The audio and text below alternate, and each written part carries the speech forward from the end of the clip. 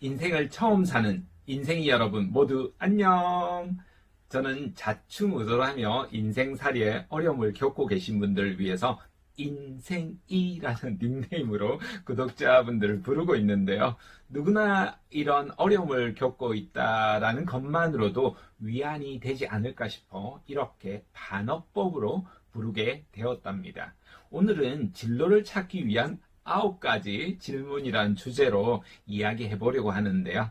사실 청소년뿐만 아니라 어른이 되어서도 여전히 진로를 찾지 못해 어려움을 겪고 있는 어른 아이들도 많답니다. 사실 저 역시도 그런 어른 아이였었고 왕생이었죠. 인생을 왕초보로 살아가는 그런 사람이었지만 해답을 찾아가려고 하는 과정에서 하나씩 찾게 되었는데요.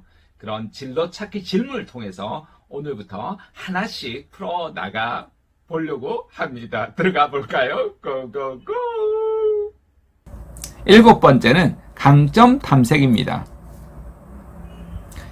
무엇을 잘하는지 잘 모르겠다라고 생각하는 사람들이 던져야 될 질문입니다. 저도 나이 30 될 때까지 잘하는 것이라고는 눈꼽만큼도 없다 이런 생각을 했었거든요. 당연히 그렇게 생각하니까 당연히 사회생활도 참 못했던 것 같습니다. 나는 무엇을 잘하는가에 초점을 맞추는 게 중요합니다.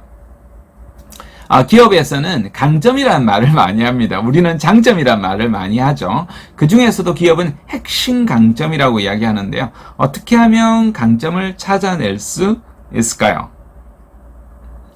첫 번째로 최대한 많이 나열하는 겁니다. 그러니까 보잘것 없어 보이는 것조차도 무조건 나열하는 겁니다. 이게 첫 번째입니다. 이런 식으로 마구 나열하는 겁니다. 무작위로 브레인스토밍 하듯이. 그런데 이걸 그대로 제출하면 기업에서 당연히 안 좋아하겠죠. 이걸 이제 나중에 나열을 하고 나면 3가지로 압축을 해야 됩니다. 3가지로 압축을 하고 그 중에 하나를 집중하는 겁니다. 이제 제 거를 가지고 정리한 건데요. 저는 코칭 능력을 제가 첫 번째로 잡습니다. 저는 한 2만 명 정도를 상담을 해왔었는데요. 대면 상담, 비대면 상담 다 포함한 겁니다. 저도 워낙 또 고민도 많고 문제도 많던 사람이어서 그런지 딱 이 사람들의 고민을 들으면 이제 오랫동안 하다 보니까 패턴이 싹 들어와요. 이 사람이 어떤 상황에 있고 어떤 고민을 하고 있어서 어떻게 해결해 나가면 좋겠다라는 이런 생각이 탁 들어와요. 머릿속에서. 이게 패턴 인식 능력이 이제 코칭으로 이제 개발된 거죠. 이런 식으로 만약에 제가 접근한다라면 상담이나 코칭을 하는 회사에서 저를 높이 평가하지 않을까요? 눈걸 봤는데 패턴이 딱 인식된다. 얼마나 놀라워요. 이런 식으로 딱 하나를 또 강조해 나가는 겁니다. 쫙 나열하고 하나를 강조해 나가기 좋겠죠. 그 다음에 여러분이 해야 되는 것 중에 하나가 질문법입니다. 질문을 통해서 여러분이 강점을 찾아 나갈 수 있습니다. 오래된 영화지만 내겐 너무 가벼운 그녀라는 영화를 보면요. 주인공 잭 블랙이 나옵니다. 못생기고 이뚱뚱한 남자는 오로지 늘씬하고 쭉쭉빵빵한 여자만 좋아합니다. 저도 젊었을 때 그러지 않았을까? 송구합니다. 그렇게 했었는데, 미의 이제 관점을 잘못 가지고 있었던 거죠. 아름다움의 관점을 외모로만 바라보는 어리석음이 있었던 거죠. 근데 여기에서 이제, 엘리베이터 안에서 갇히게 됩니다. 고장이 나고 엘리베이터가 한 사람을 만나게 되는데, 저 앞에 있는 사람이 앤서니 로빈스라는 굉장히 유명한 동기부여가입니다. 연간 수익이 300억 정도 된다라고 하니까 기절초풍하겠죠, 그죠? 개인 전용 비행기가 있고 피지에 개인 섬이 있다라고 합니다. 미국의 유명한 사람들을 아놀드 슈왈츠가 했던 캘리포니아 주지사 했던 영화배우 했던 이런 사람들뿐만 아니라 뭐 세계 국왕들 이런 사람들을 코칭한다라고 합니다. 예, 이분이 하는 이야기가 수준 높은 질문이 수준 높은 인생을 만든다라는 겁니다. 질문의 수준이 삶의 질을 결정한다. 그러니까 아름다움을 그냥 이쁘고 쭉쭉빵빵하다라는 이런 형태로 틀을 갖추다 보니까 이 친구가 도저히 잘못된 관점을 가지고 있다. 아름다움이란 뭔가라는 질문을, 사랑이란 무엇인가 질문을 제대로 던지도록 만들어줘야겠다라고 하고, 영화 속에서는 수리수리 마수리 얏 하고 막 머리를 만지는 것처럼 나오지만 실제로는 관점을 바꿔주게 됩니다. 그게 질문법이죠. 이게 영화 내게 너무 가벼운 그녀였었고요. 영화 포스터에 보면 그림자가 이렇게 크게 여러 보이지 않습니까? 이제 그러고 나서 새로운 사람을 사랑에 빠지게 되는데 저렇게 뚱뚱한 사람입니다. 최소한 200kg까지 나가는 사람인데 친구들은 돌았느냐 이렇게 생각하는데 이 친구의 눈에는 굉장히 아름답게 보이는 거죠. 영화는 과장법입니다. 항상 과장법이 있기 때문에 우리가 생각하는 것과 말도 안 돼 이렇게 생각할지 모르겠지만 조금 비유법이니까 다르게 우리가 인식할 필요가 있습니다. 아름다움을 보기 때문입니다. 그런데 실제로 외모로는 너무 아름다운데 친구들이 소개시켜주는데 어떻습니까? 이 주인공의 눈에는 아주 마귀알몸으로 보이지 않습니까? 아름다움의 관점으로 보기 시작하니까 세상이 달라 보이기 시작하는 겁니다. 마찬가지입니다. 우리 소설로도 영화로도 나왔던 레미제라블이라는 영화 아실 겁니다. 빅토르 위고의 원래는 장편 소설인데요. 영어로 하면 더 미저러블입니다. 불쌍한 사람들에 대한 연민이 이제 담겨 있던 소설이었었는데요. 뭐 정치, 경제, 돈 많고 권력자들 이들만 고귀한 것이 아니라 가난하지만 아주 고귀한 사람이 있다는 것을 일깨워 주려고 쓴 소설이었었거든요. 잘못된 정체성을 가지고 있는 모습을 보여주죠. 정말 악인이라고 생각했던 나중에 장발장이 자기보다 더 위대한 그리고 자기보다 더 고귀한 사람이라는 걸 깨닫게 되고 나중에 자베르 경감은 세느강의 목숨을 끊게 됩니다. 그만큼 자신에 대해서 올바른 정체성을 수립하는 것. 그죠? 장발장은 어떻습니까?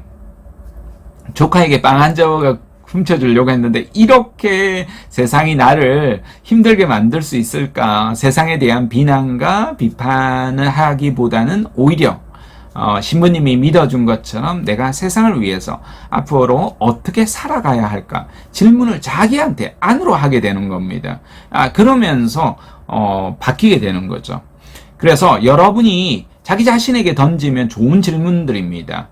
우리가 지금 염려하고 있는 문제들이 정말 가장 큰 문제인지, 문제 해결을 위해서 내가 원하는 것은 무엇인지, 그리고 정말 내가 어떤 것만 성취하면 취업, 연애, 돈 이런 문제가 하면 모두 문제가 진짜 풀릴 수 있는 것인지, 돈을 버는 삶과 돈을 쓰는 삶을 분리하고 있지는 않은지, 내가 삶에서 풀어야 될 정말 진정한 큰 과제는 무엇인지, 진정으로 내가 원하고 바라는 일은 무엇인지, 원하는 일을 하기 위해서 나는 어떤 삶을 살아가야 하는지, 원하는 삶을 살기 위해서 나는 어떤 인격과 인품을 갖춰야 하는지, 오늘 내가 당장 선택해야 될 행동은 무엇인지, 이런 질문들을 해나가는 것이 굉장히 중요한 질문이라는 겁니다.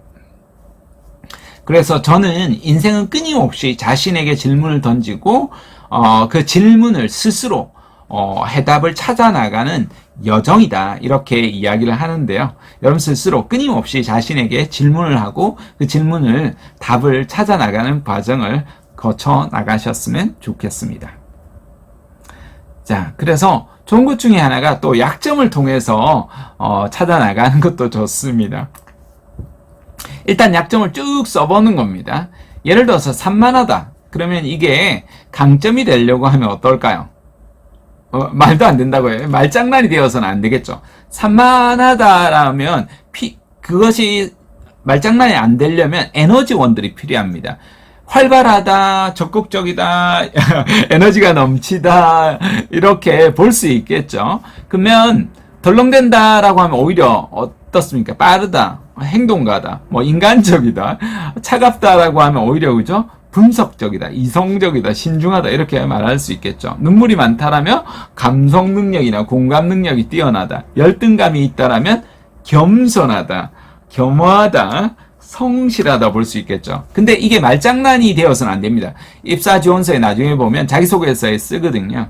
말장난이 안 되려면 에너지원이 필요한데 정말 산만한 게 활발한 에너지원으로 바뀌려면 그 안에 밝음이 있어야 돼요. 선함이 있어야 돼요. 긍정성이 있어야 돼요. 덜렁대지 않으려면 그 안에 성실함이 있고 도전정신이 있고 인간미가 있어야 돼요. 차가운 것도 마찬가지로 굉장히 논리적이고 그냥 까칠하게 무조건 따지는 것이 아니라 차분하게 학습하는 이런 부분들이 필요하고요. 눈물이 많다. 단지 눈물이 많은 거는 단점이라고도 이야기하더라고요. 다른 사람의 관심과 진정한 동정심이 있어야겠죠. 열등감이 있다라는 것도 그 안에 어떤 삶의 절박함 그리고 성장을 촉진제로 만들어 나가려고 하는 그런 높은 자존감 이런 것들이 필요하다는 겁니다. 자, 이런 식으로 약점을 써보고 지금처럼 제가 말씀드린 것처럼 장점으로 바꾸는 방법을 한번 여러분이 멈추고 한번 작성해 보시기 꼭 권합니다. 네 번째가 이제 인터뷰입니다. 주변에 가까운 사람들, 여러분이 친구도 좋고, 선배도 좋고, 후배도 좋고, 부모님도 좋고, 옛날에 고등학교, 중학교 친구들도 괜찮습니다. SNS에서 만난 분들도 좋습니다. 당신이 생각할 때, 저의 강점은 뭐라고 생각하세요? 이렇게 질문을 던져보는 거죠. 그렇게 해서 카톡이나 문자로 받은 것들을 이미지 캡처해가지고, 요렇게, 나는 어떤 사람이구나, 이렇게 볼 수도 있겠죠.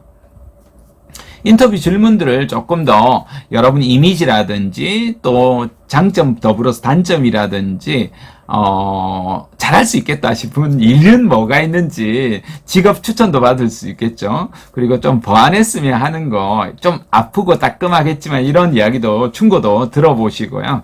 여러분이 가지고 있는 개성이라든지 이런 것도 물어보면 좋겠죠. 그래서 여러분이 이제 조금 질문지를 작성해 가지고 만나시면 훨씬 좋습니다. 자, 이렇게 해서 여러분이 바라보는 강점, 다른 사람이 바라보는 강점, 이렇게 해서 공통된 특성은 뭐가 있는지 유추해 볼 수 있겠죠. 그리고 저는 이제 산맥 타기 기법이라고 하는데요. 어렸을 때부터 여러분이 해왔던 어떤 과거의 경험을 기록해 보는 겁니다. 제가 만든 여기 도표의 중앙에는 여러분이 369 놀이가 아니라 나이선이고요. 그 다음에 밑으로는 마이너스는 0에서 이제 마이너스 5까지는 여러분 감정적으로 우울했거나 슬펐거나 실패했거나 하고, 위로 이제 플러스는 여러분 감정적으로 뿌듯했거나 성취했거나 이런 이야기들이 될 수 있겠습니다. 그래서 모든 이제 여러분이 과거에 어렸을 때부터 제목만 적어보는 겁니다. 에피소드, 경험, 사건인 부분들을 쓰는 겁니다. 중간에 저기 흰 걸로 쓴 거는 뭐냐면 변곡점이에요. 인생이 여러분이 순간적으로 이제 변하게 되는 그런 변곡점에서 대체로 여러분이 이제 장점이 있거든요. 그래서 그런 장점을 찾아내는 겁니다. 저 같은 경우에는 만약 달리는 열차를 세운 남자라고 제가 자기소개서에 쓰겠어요. 절대 포기하지 않고 제가 얼마나 전력을 다해서 달려왔는가 이런 이야기를 하겠습니다. 실제로 제가 달리는 열차를 선로에서 세워본 적이 있거든요. 뛰어서. 지금은 이제 선로에 뛰어들면 안 돼요, 법적으로. 과거니까. 그게 한 15년 전인가요? 그랬던 것 같아요. 그래서 여러분을 대표할 수 있는 이런 스토리들을 만드는 거예요. 강점 스토리를 하면 이것이 아주 강력한 힘이 됩니다. 그 다음에 이제 적성 검사를 통해서도 여러분이 강점을 찾을 수가 있으니까 적성 검사도 보시면 좋겠죠. 이렇게 강점을 찾아낼 수 있는 방법 6개 말씀드렸습니다. 제가 지금 빨리 가는 이유는 시간이 벌써 오버했거든요.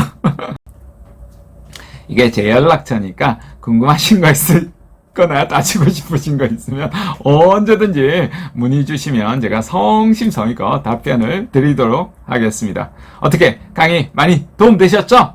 여러분 차분하게 한 번이 아니라 가능하면 한두 번도 들어보시고 정지정지 해 나가시면서 여러분의 진로 로드맵을 만들어 보시길 원합니다. 지금까지 커리어 코치 정철상이었습니다. 감사합니다.